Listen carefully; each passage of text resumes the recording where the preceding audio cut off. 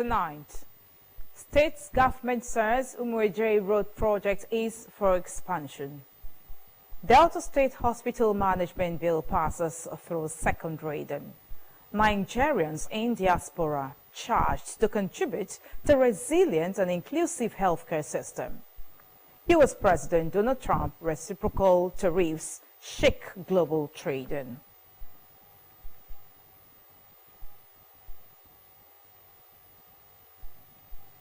A very good evening to you. Thank you for joining us on the Delta Television main news at 8. Joy Ochei is my name.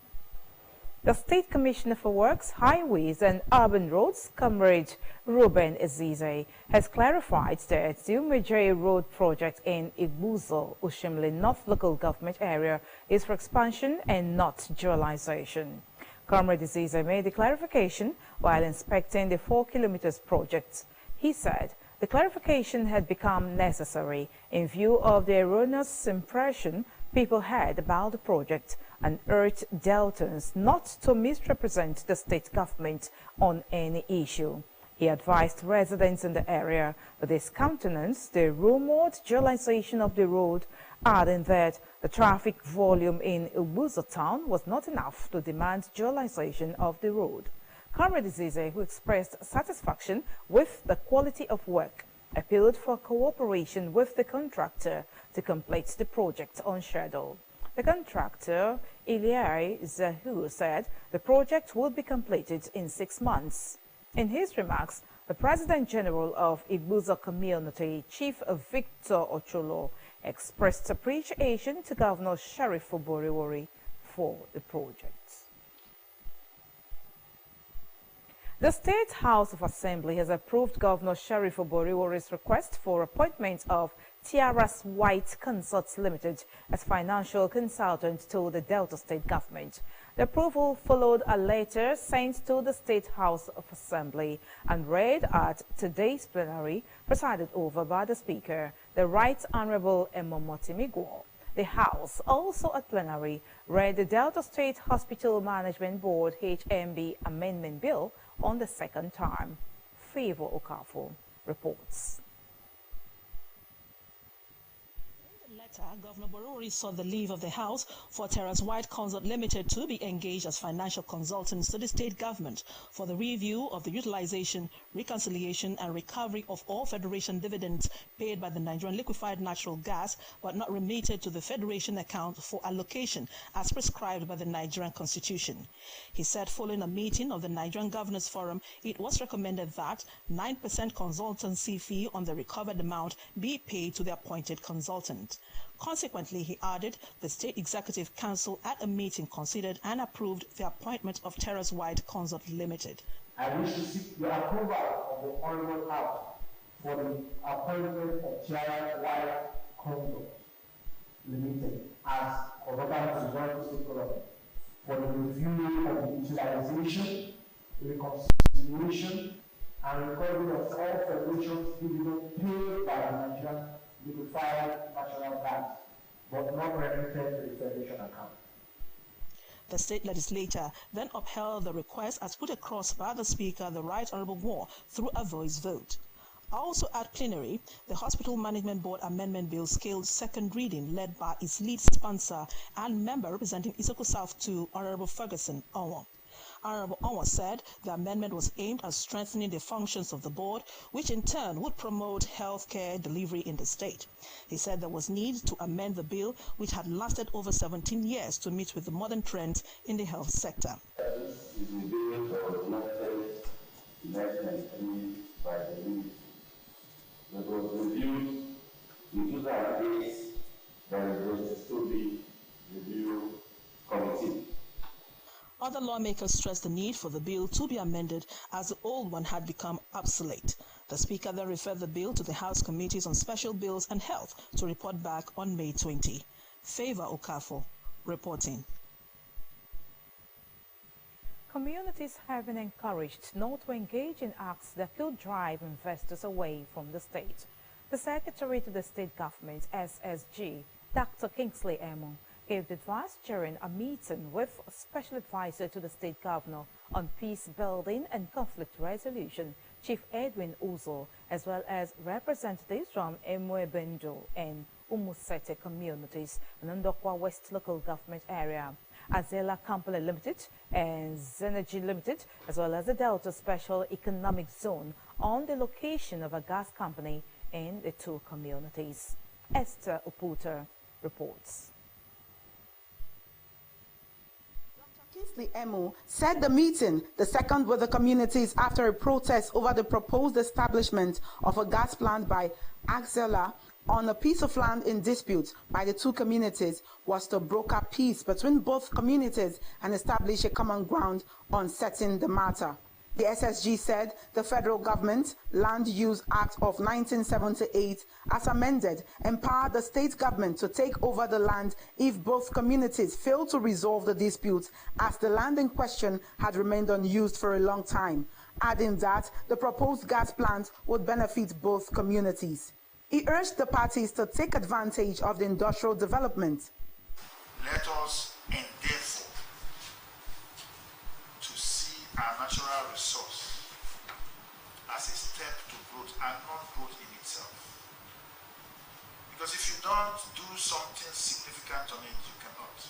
The special advisor to the state governor on peace building and conflict resolution, Chief Edwin Uzo, said the state government was working out modalities that will benefit all parties involved and urged the communities and the companies to work for the overall good of the state. We've met with them over an issue as it has to do with a portion of land. We've told them that we will reinvite them again as we study the case. We've advised them to go home and keep the peace of the community. Nobody should heat up the place because going into confusion and crisis will not help them. The investors have to be encouraged. We don't want any investors to pull out from the state. Esther Uputa reporting. Parents and caregivers have been called upon to instill good morals in their children and wards to reduce incidents of sexual abuse and other forms of crimes in the society. The chairman of the Delta State Child Rights Implementation Committee, Mrs. Ogenekewe Agas, made a call during the first quarter meeting of the committee held in Asaba. Again, Esther Uputa reports. Mrs. Ogenekewe Agas said apart from poverty, lack of proper home training contributed largely to moral decadence in the society. She enjoined members of the public to speak out and report cases of sexual and other forms of abuses on children to aid government in bringing perpetrators to book and rehabilitation of victims. Mrs. Agas, who is also the permanent secretary in the State Ministry of Women Affairs, Community and Social Development, treated reports on child abuse from the members of the committee, noting that the State Ministry of Justice promptly prosecutes perpetrators of abuse. She advised that cases of children hawking during school hours should be promptly reported. Each and every one of us, especially the Christian mothers, the churches, the market people, let us make people understand, no matter how poor you are, if you're able to instill morality in the life of your children, then whatever anybody is offering you, no matter the carrot, no matter how orange the carrot is, it cannot entice you. Dr. Olubunmi Agwai, who gave a training on child abuse and its impact on health, said child abuse, including sexual, psychological, physical, and neglect, had great impact on the victim, which could lead to sexually transmitted diseases, unwanted pregnancies, isolation, mental health issues, and in worst case, death. She said victims of sexual abuse could have reproductive health challenges such as infertility and sociological problems, adding that persons who were abused most times end up being abusers if not properly counseled and rehabilitated. The meeting had in attendance directors in the Women Affairs Ministry as well as stakeholders involved in childcare. Esther Uputa reporting. The traditional ruler Odwosa of Utagbugwe Kingdom in Ndokwa West local government area Nzeku Isaac Obi I has been commended for the developmental strides in the community since he ascended the throne.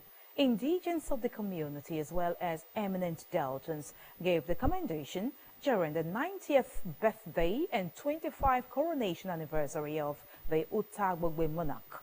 They said the Oduosa's reign had brought unprecedented peace, unity and infrastructural development to the area, noting that the traditional ruler's peaceful disposition had encouraged crude oil prospecting companies to operate in peaceful environment, thereby increasing their company's oil production output.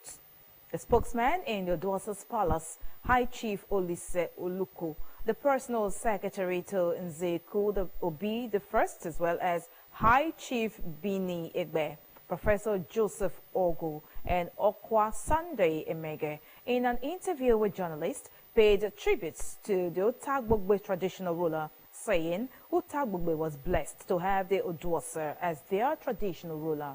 Others who spoke on the Oduosa's diverse virtues and prowess included Chief Peter Udeme, Chief Oluku Thompson, Chief Sunday Mwose, Chief Augustine Oku, and High Chief Okadike Enoma, who prayed for good health and wisdom for the traditional ruler.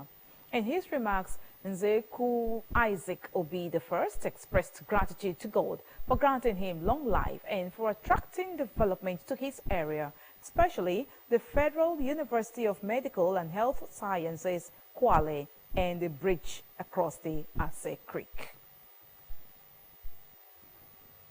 The coordinating Minister of Health and Social Welfare, Professor Ali Pate, has challenged Nigerians in the diaspora to contribute to building a resilient and inclusive healthcare system in the country. Professor Pate gave the charge while unveiling the Diaspora Herb App developed by the African Diaspora Corporation ADC in Abuja yesterday.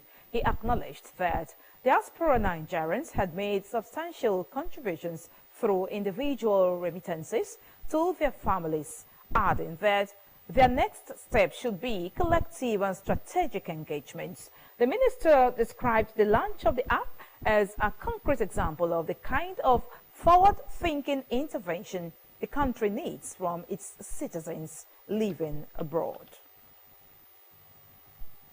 The Lagos State government has reaffirmed its commitment to implementing monthly, quarterly and yearly rent payments limited to a maximum of 1 year.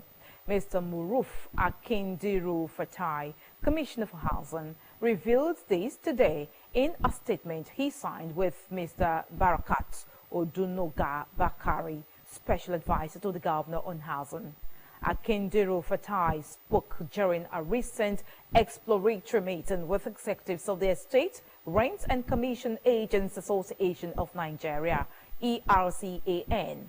He said that the government was actively engaging with stakeholders to ensure a smooth transition for the benefits of those seeking accommodation.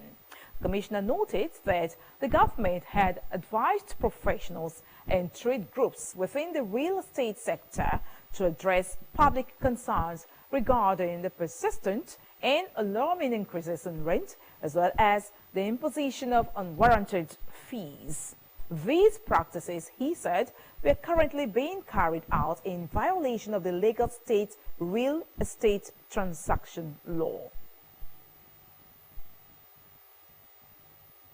The Chief of Army Staff, COAS, Lieutenant General Olufemi Oluyede, has charged troops to be more proactive in tackling the rising security challenges in the country.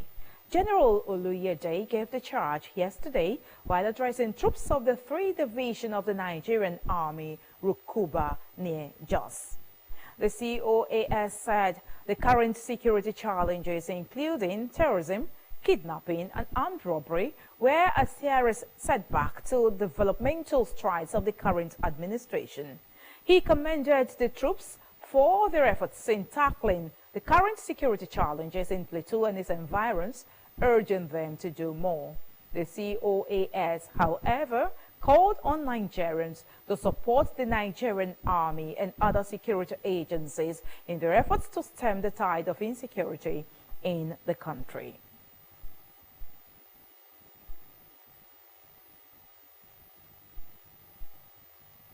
Still to come on the Delta Television main news, U.S. President Donald Trump's reciprocal tariffs shake global trading. Details shortly. Stay with us.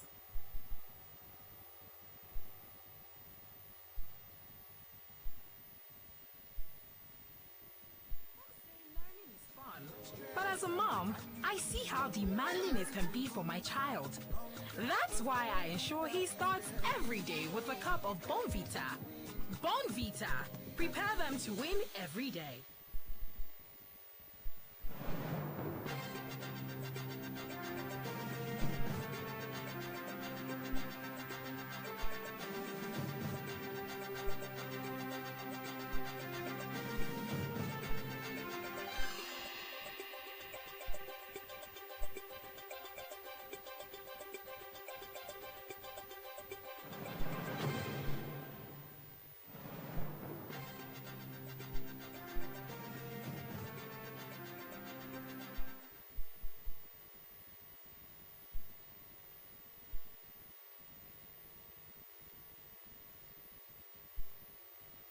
Thank you for staying on with us. You're watching the Delta Television main news.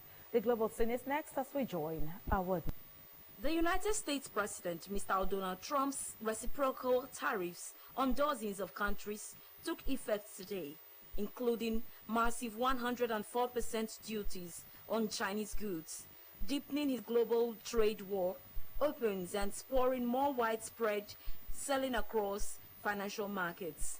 Mr. Trump's punishing tariffs have shaken a global trading order that has persisted for decades, raised fears of recession, and wiped trillions of dollars off the market value of major firms. Since President Trump unveiled his tariffs last Wednesday, the S&P 500 has suffered its deepest loss since the benchmark's creation in the 1950s. It is now nearing a bear market, defined as 20% below its most recent high. Global benchmark bonds, assets perceived as relatively safe, were also caught up in the market turmoil today, an unnerving turn towards forced selling that is sounding alarm bells for investors. European shares also fell as the U.S. tariffs kicked in and U.S. stock futures pointed to more pain ahead, following a grim session for most of Asia. Chinese stocks bucked the trend, however, as state support propped up the ailing markets. Chinese top leaders plan to meet as soon as possible to hammer out measures to boost the economy and stabilize capital markets. South Korea has unveiled a $2 billion emergency support package for its crucial export-focused car makers, warning U.S. President Donald Trump's 25% tariffs on the sector could be a significant blow. Last week, Mr. Trump announced sweeping and punitive tariffs against the United States' biggest trading partners, as goods from South Korea are set to be taxed at 25%. Mr. Trump also imposed steep tariffs on foreign-made cars sold in the United States, raising concerns over the global economic outlook and leaving Asia's fourth-largest economy scrambling to respond. After industry consultation, Seoul has decided to introduce a set of industrial safety net measures centered on the most urgent demands. The government has also pledged to take flexible action depending on the level of industry damage going forward. South Korea's auto-related exports to the U.S. totaled $42.9 billion last year, according to officials. Under the plan, the government will expand its low-cost financing program for the auto industry by 2 trillion won. 8 people in South Sudan, including 5 children, died on a 3-hour walk to seek medical treatment for cholera after U.S. aid cuts forced local health services to close. The UK-based charity Save the Children said today that the deaths last month are among the first to be directly attributed to cuts imposed by U.S. President Donald Trump after entering office on January 20, which he said were to ensure grants were aligned with his American First agenda. Experts have warned that the cuts, including The cancellation of more than 90% of U.S. AIDS contracts could cost millions of lives in the coming years due to malnutrition, AIDS, tuberculosis, malaria, and other diseases. The U.S. State Department said it did not have information about the deaths reported by Save the Children. A spokesperson said many U.S. government programs providing life-saving aid in South Sudan remained active, but that support for medical services had also been used to enrich the country's leaders.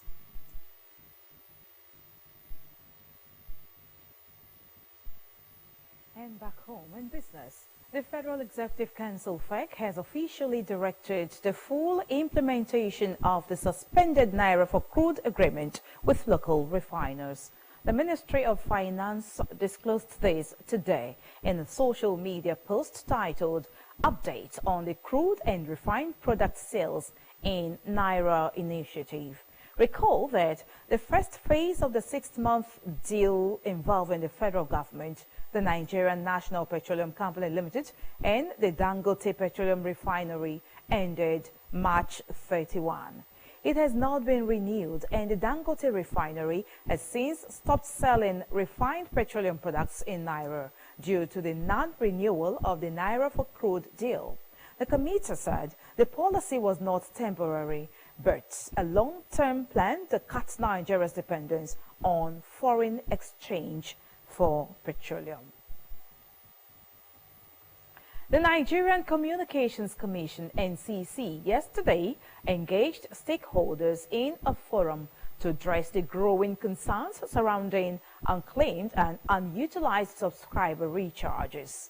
The forum was a major regulatory step to protect telecom consumers while ensuring operational clarity for service providers. NCC's Executive Vice Chairman, Dr. Aminu Maida, emphasized the importance of finding a balanced approach to consumer rights and industry sustainability. Dr. Maida, represented by the Executive Commissioner for Stakeholder Management, Mr. Rimini Makama, said the engagement was crucial in shaping policies prioritizing consumer protection while maintaining a vibrant and competitive market. And on sports, Liverpool have confirmed that former manager Jurgen Klopp will make an emotional return to the club in May. Klopp will be in attendance for the LFC Foundation's annual gala on May 23. The German, who is now working as Red Bull's global head of soccer, has been invited as a guest speaker in his first appearance as an honorary ambassador since leaving. Tickets are already on sale for the event, which takes place 2 days before the final match of the season against Crystal Palace, a fixture at Anfield, which he could attend. And still on sports, Nigeria's Flying Eagles will head to Abuja next week to finalize their preparations for the 2025 Africa Under-20 Cup of Nations. The Aliyu Zubairu side relocated to Abuja on Monday for the second phase of their preparation. The Flying Eagles spent 3 weeks in Katsina for the first phase of their camping exercise. 35 players, including 3 goalkeepers, 8 defenders, 10 midfielders, and 14 forwards, will slug it out for a place in the final squad. 21 players will make the final cuts for the competition. The tournament will start in Cairo, Egypt on April 27. All 4 semi-finalists in Egypt will qualify to represent Africa at this year's FIFA Under-20 World Cup finals scheduled for Chile. That's our news. Here is our thought for the day. The only limit to our realization of tomorrow will be our doubts of today.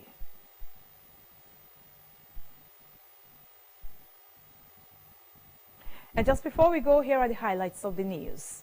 The State Commissioner for Works, Highways and Urban Roads, Comrade Ruben Azize, has clarified that the Umejere Road project in Ibuzo Oshimle North Local Government Area is for expansion and not dualization.